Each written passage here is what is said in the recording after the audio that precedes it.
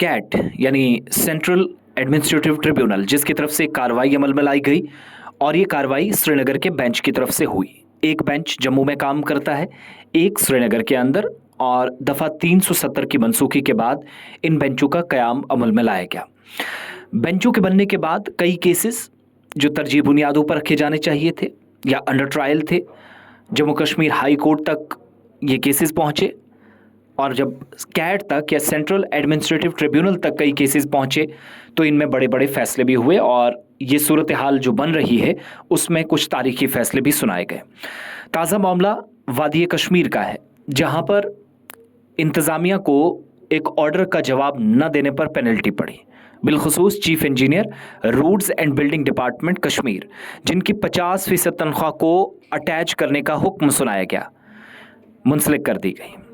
ये इसलिए क्योंकि केस है 12 साल पुराना, इसमें जवाब अभी तक उन्होंने दाखिल नहीं किया, और ट्रिब्यूनल ने डायरेक्टर लोकल जो बॉडीज़ हैं उनको भी उनके अहकामात को नज़रअंदाज करने का इल्ज़ाम लगाते हुए ज़ाती तौर पर पेश होने की दरख्वास्त कर दी है।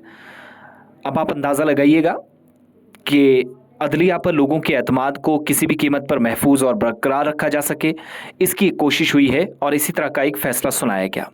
महकमा आर.एन.बी के ख़िलाफ़ दरख्वास्त साल 2011 से एक मुतल्लिक थी, जो इब्तदाई तौर पर जम्मू कश्मीर हाई कोर्ट में दायर की गई थी, और इसके बाद 16/12/2020 को ऑर्डर के ज़रिए कैट श्रीनगर को मुंतकिल की गई। यानी हाई कोर्ट जम्मू कश्मीर से ये केस मुंतकिल कर दिया गया जम्मू कश्मीर के इस श्रीनगर वाले बेंच में कैट के पास। दरख्वास्त गुजार 25/7/2011 के गैर मनकूला सरकारी ऑर्डर 244 PWD आर.एन.बी को मनसूख करने और जवाब दहिंदगान को अपने जो रिटायर्ड फायद थे उस पर हिदायत मुतलका हुकाम को दी जाए, मुतालबा किया जा रहा था। और मोरखा 29/10/2011 का हुक्म इल्तिवा में रखा गया। 10/7/2012 से ही जवाब दहिंदगान को जवाबी जो हलफनामा वो दाखिल करना था, मौका भी दिया गया, लेकिन इसने नहीं किया। उन्होंने जवाब दाखिल करने की कभी भी जहमत नहीं की।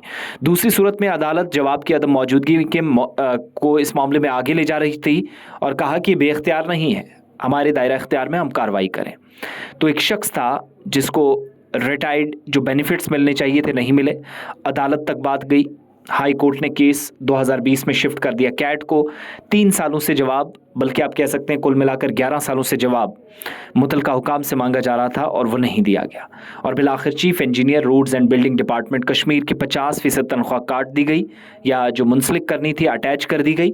इसके अलावा ट्रिब्यूनल ने डायरेक्टर लोकल बॉडीज़ को भी उनके अहकामात को नज़रअंदाज करने पर ज़ाती तौर पर पेश होने के लिए उनको भी कहा है।